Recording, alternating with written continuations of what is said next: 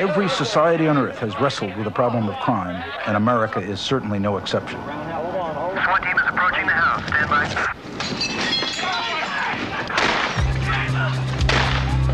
Lieutenant, we need another SWAT man here. For 20 years, we have been plagued with ever-increasing crime rates.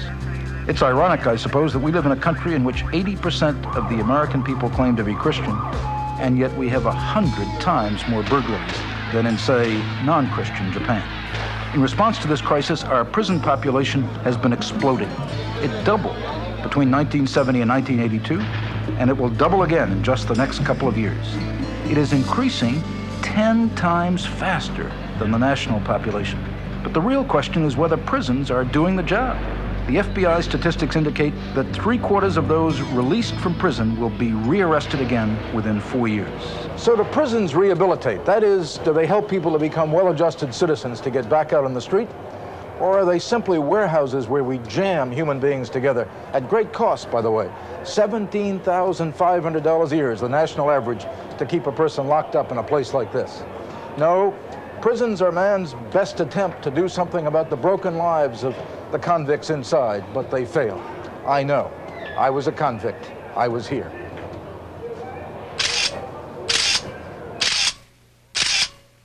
Not only is it morally right that I plead to this charge, but I fervently hope that this case will serve to prevent similar abuses in the future. Charles Colson was indicted and sent to prison for his involvement in the Watergate scandal of 1974. This event became international news, for Colson had been one of President Nixon's closest aides. In the midst of his prosecution, he became a Christian and determined to make a bold stand for Jesus Christ, no matter what the cost. I have committed my life to Jesus Christ. I can work for the Lord in prison or out of prison. That's how I want to spend my life. And what happened today is the Lord's will and the court's will, and I, of course, accept that fully. Since his conversion to Jesus Christ, he has authored 4 bestsellers: Born Again, Life Sentence, Loving God, and Who Speaks for God. He serves as chairman of the board of Prison Fellowship Ministries, a ministry to prisoners, ex-prisoners, and their families, which he founded in 1976. Prison Fellowship now involves tens of thousands of Christian volunteers from local churches in the United States and is working in more than 50 countries. Obviously, we cannot do without the prison system we have, but its effectiveness in rehabilitating criminals so they won't return to crime is limited, as noted by Miles Lord, a former federal judge. I think it's pretty well conceded now that we frighten them. We deter others from doing it to a certain extent, but that basically in our prisons we're warehousing people. Is there any wonder that experts now conclude that prisons cannot change prisoners for the better? After all, how would several years in prison affect your life? Imagine being sent to prison. The steel door slams behind you. Ahead of you looms months, maybe years of confinement. What can you look forward to? Based on statistics, if you're married, you'll probably be divorced before you're released. Financially, your household will likely be brought to ruin. If you're a mother, your children will be raised by others, perhaps total strangers. If you're a young man under 25 and not especially tough, you could possibly be homosexually raped the first month you're there. This is the hope of a prisoner.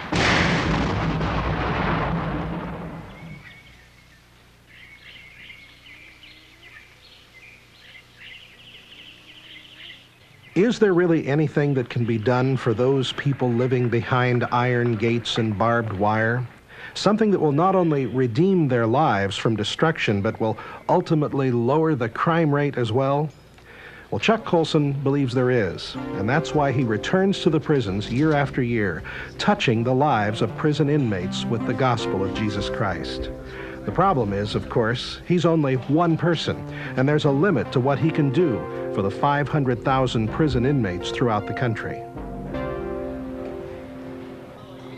Whenever I'm in prison, I'm reminded of the Apostle Paul. He was a prisoner. It was in prison that he learned about obedience. And if we are obedient like he was, there's one place we'll surely be, and that's in prison too. Not as criminals, but as ministers of the gospel. Oh, I know a lot of people say, why bother? They got themselves in trouble, that's where they belong, those inmates. Well, maybe so. But remember what Jesus says. I was in prison, and you came unto me. And remember that the scriptures are filled with God's compassion and concern for the least of these, with commandments that we go into the prisons. And remember, too, that half the people who are in prison are there for nonviolent offenses. You'll discover that they're not much different than the people you know on your block, or maybe who sit in the next pew. They need to hear the good news from us. How difficult is it to preach the gospel, to look for converts to Christianity of one sort or another in a prison? They know what it is to have lost everything, and they realize that it is the gospel of Jesus Christ, the message of Christ, that gives them back their dignity and their self-respect and their sense of self-esteem, and those men are so appreciative, and women. 10 years ago, at the height of Watergate, one of the central figures in the scandal stepped out of character and provided a brief diversion for the millions following the news. Charles Colson had found God, and despite the fact that the news was greeted with a great deal of skepticism, a decade later, the man with one of the meanest reputations in Washington is still practicing what he preaches. Reach out your heart and lift up your hand. They called it Jammin' for Jesus, and it was one of the events kicking off the nationally famous Prison Fellowship Program here in Maryland, an evangelical, interdenominational Christian project aimed at helping those in prison find everything from religion to a job once they get out of jail. Prison Fellowship has helped 30,000 inmates in 44 states in just 7 years. Who is the person in prison who might be receptive to that? Everybody. Nobody's beyond Chuck, that. really? Nobody. We've got an instructor down in South Carolina. He's an inmate. He was known as a killer. He was kept in solitary confinement. Nobody could touch him. When Christ touched that man's life and turned him around, he's now teaching other inmates. There is nobody, Maury, beyond the reach of the living God who will touch their lives. In the spring of 1970, a bank robbery took place in the city of Detroit. The name of the thief was Herman Head. Although he escaped with $1,600, he was shortly caught, arrested, and sent to prison. But under the ministry of Billy Graham, Herman soon became a born-again Christian. And after several years of discipleship, he became active in the Prison Fellowship ministry, teaching other inmates. God wants your service right now. He wants you to live for him right now. After becoming a Christian, my greatest desire was to give back the talents and gifts that God had given me to help other prisoners. I was given this opportunity through the ministry of Prison Fellowship, a marvelous opportunity to go to prisons around the country telling men and women that no matter what you've done, no matter who you are, what your circumstances are, you too can be a new creature through a commitment to Jesus Christ. And that's what my life really stands for. Not that I've been rehabilitated, but that I've been regenerated. Utility, one visit. Alpha to utility. 8 Alpha, 5 Alpha. One visit. One reason or another. One of the things I found out when I was in prison, I spent 1 year in the hole. Segregation. You know, we came out 1 hour a week. And the thing about being in a situation like that was I had a lot of time to think about me. Psychiatrists call it introspection. It's called taking a look inside. And when I took a look inside, I found a whole lot of things about me that I didn't like. And I thought that because of all of those things about me, God didn't like me either. In God's eyesight, you are somebody. You're important. Have you understood that so far? Shall he not with him also freely give us all things? Here's a little Herman paraphrase. You know what Paul said here in a nutshell? God done already gave you all he can give you. He gave you his son. He gave you Christ. Christ died for you. He died for you. You owe him your life. Herman Head is a good example of God's amazing grace. He's constantly pouring himself into the lives of prison inmates and now functions as Director of Program Services on the Prison Fellowship staff. But a key individual who helped establish Prison Fellowship in the very beginning is Gordon Laux, president of the organization. When Chuck Colson first asked me to join him in 1976 to start Prison Fellowship, we never imagined that it would have its impact around the world as it's having today.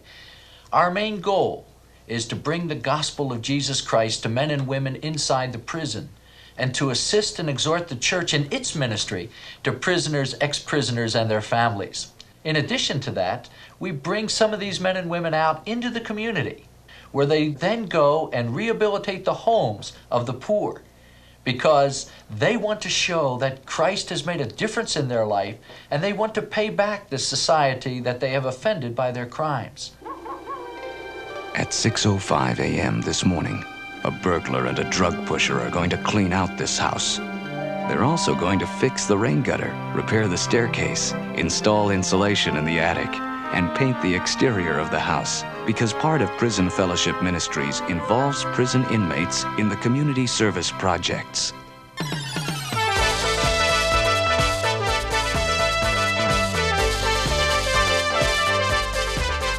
In a Dallas community that is fearful of crime, a dozen prison inmates are preparing to go to work. As Channel 4's Sue Keenan tells us, the inmates are part of a group which believes the best way to pay for a crime is to pay back the community. Inside this house the city has condemned sits an elderly woman powerless to fix it. Outside march a group of 12 prison inmates. They've come to help, and they are led by a familiar face, Charles Colson, a former presidential aide who served time in prison for his part in the Watergate crimes. The community service projects not only aid the helpless, but also have a very positive effect on the inmates themselves. It's soul satisfaction knowing that I can do something for God. God wants us to help our fellow man and those of disadvantaged. And even though I'm in an adverse situation, being incarcerated, I recognize now there are people in situations worse than I am.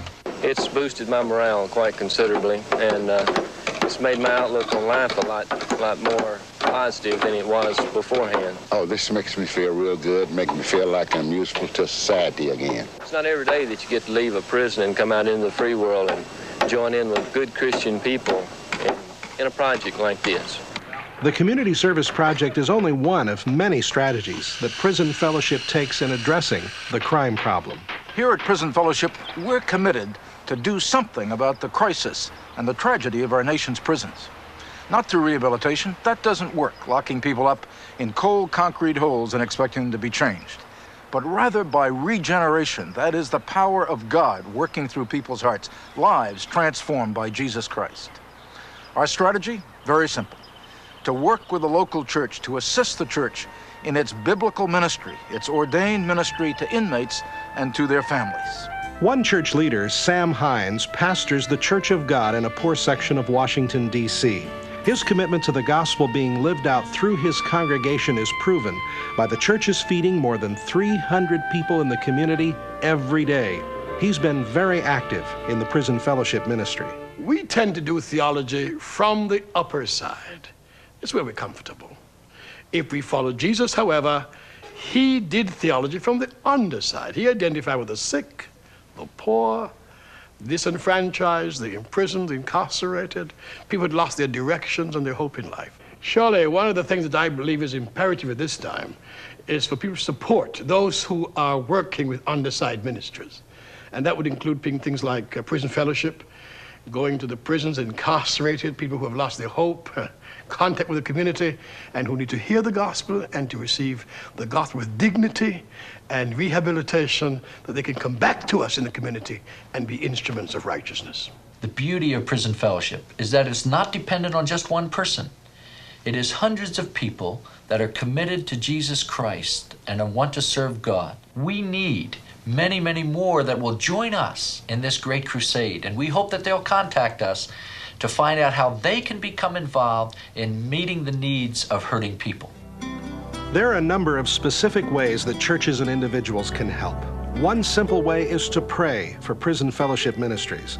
Prison Fellowship can do nothing without the power of God and the prayers of the saints. A second way is to correspond with a prison inmate. Prison Fellowship helps volunteers contact an inmate through the Pen Pal program. Over half of all prison inmates have no visitors whatsoever, so it means a lot to an inmate to receive a letter from someone who cares. To date, Prison Fellowship has had the joy of matching more than 13,000 inmates with Pen Pal volunteers, but there are still so many more who are lacking a Pen Pal partner. Angel Tree is another way churches and individuals can help. This is a ministry that reaches out to the innocent victims of crime, the children of inmates. Angel Tree places the Christmas wishes of inmates' children on Christmas trees located in shopping centers where shoppers can select gifts they wish to purchase for these children. Volunteers from local churches help channel the presents to the inmates' families so that these tender little lives can be touched with God's love. Yet another way many people can reach out to prison inmates and their families is practical help. Practical help is easy. It just requires time, whether it's time to visit the hurting family member of an inmate or helping them find a job so they can support their family. Practical help is invaluable. And of course, a person may give financially, which is a tremendous help since an outreach like this requires substantial support. So here are 5 ways that the church can serve God through the prison fellowship ministries.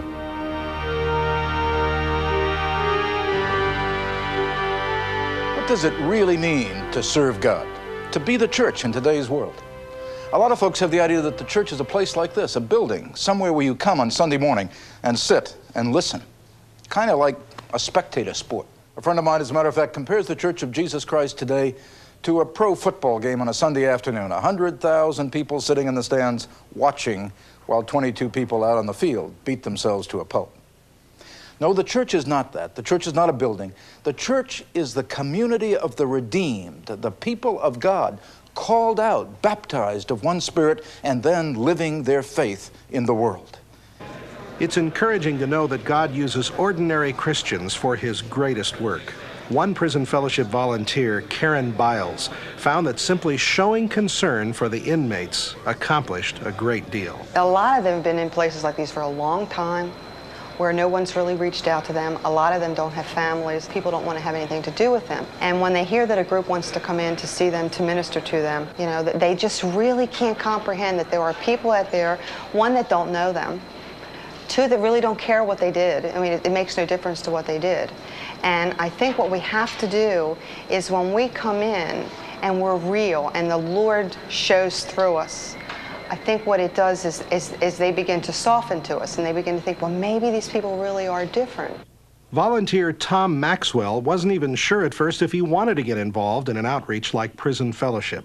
I did not originally want to get involved in prison ministry, more specifically because I felt that prisoners had committed a crime, they were where they should be, and I did not want to get involved with an organization like that. Prison work, prison ministry is really tough to get people to say, okay, I'll go for it. I'll go in with you. I'll do what you want us to do, because they have this, there's this image of what prisoners, quote, prisoners are like, what, even what volunteers would be like that would go inside. And I think what I'd really like to do is somehow let the people see that there are people like myself, just normal, regular people that God has kind of tapped on a little bit to say, hey, I want you in. And if you go in with me, and if you trust me, I'll show you what to do. I'll lead your way. Through some encouragement by Christian friends, I was offered the opportunity to attend a Bible study at Lorton Prison near Washington, and I saw a tremendous need on the part of prisoners to have someone that cares come and visit them and share in their lives. Following participation in the Bible study at Lorton, we had an opportunity to bring a prisoner into our home through the discipleship program in Washington. My wife really needs to tell you about that because her feelings were quite different than mine were. I really was apprehensive to have a prisoner in our home. I had never been around anybody ever that I knew of that had ever been incarcerated. So when this man, Rick, came to our home, I was trying to be a wonderful hostess to him, and after sitting and talking with Rick for 5 minutes, I was completely put at ease. He was a Christian. He loved the Lord. He was terribly sorry for what he'd done, and he was mainly concerned about his family. And with that attitude from him, I had nothing to fear. We've met some really neat people on that side of the fence. Prisoners have a terrible reputation for being thoroughly rotten people, and we just know as volunteers that it's not so, that there's some really nice people, and we have a lot of fun together. We're able to share. It was very positive, and it made me feel like that I would like to do it again. Are there any rewards to all this effort? Absolutely. First of all, how many places and how many times in your life can you walk into a situation where you know no one, and within a matter of 5, 10, 15 minutes, or surely by the end of 3 days, you're able to see that transformation? I mean, that in itself is where, I mean, it's unbelievable to me. Where else do you get that kind of high? How many church services can you go to? How many sermons can you hear? How many different things can you do in your life before you ever get to see what we can see every single time we go into one of these places? A lot of us get hung up today. Churches with ordinary Christians working together with Prison Fellowship are making such a profound difference in our prison system that the world is taking notice. Columnist William F. Buckley Jr. recently wrote that the Prison Fellowship program is profoundly conceived, existentially appealing, splendid in ambition. President Reagan said, through Mr. Colson's inspiration and dedication and the love of 20,000 volunteers working in prison ministry, the spiritual and temporal needs of countless inmates have been met. Even Norman Carlson, the head of the Federal Bureau of Prisons, has been impressed. I think opportunities such as the Prison Fellowship House program are what we ought to strive to develop in all of our institutions, both prisons and other institutions as well, because I think for the first time we're reaching out to the community and asking the citizens themselves to assist us in the very difficult job we have. There are more than 500,000 prison inmates who have yet to hear the gospel.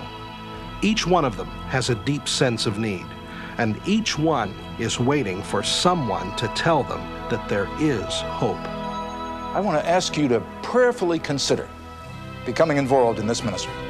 The lifeblood of Prison Fellowship is people. It is a movement of God's people. Contact me so that we can tell you how you can become involved, how you can bring the redeeming love of Christ to people who are lost and hopeless in this world, how you can change the world around you.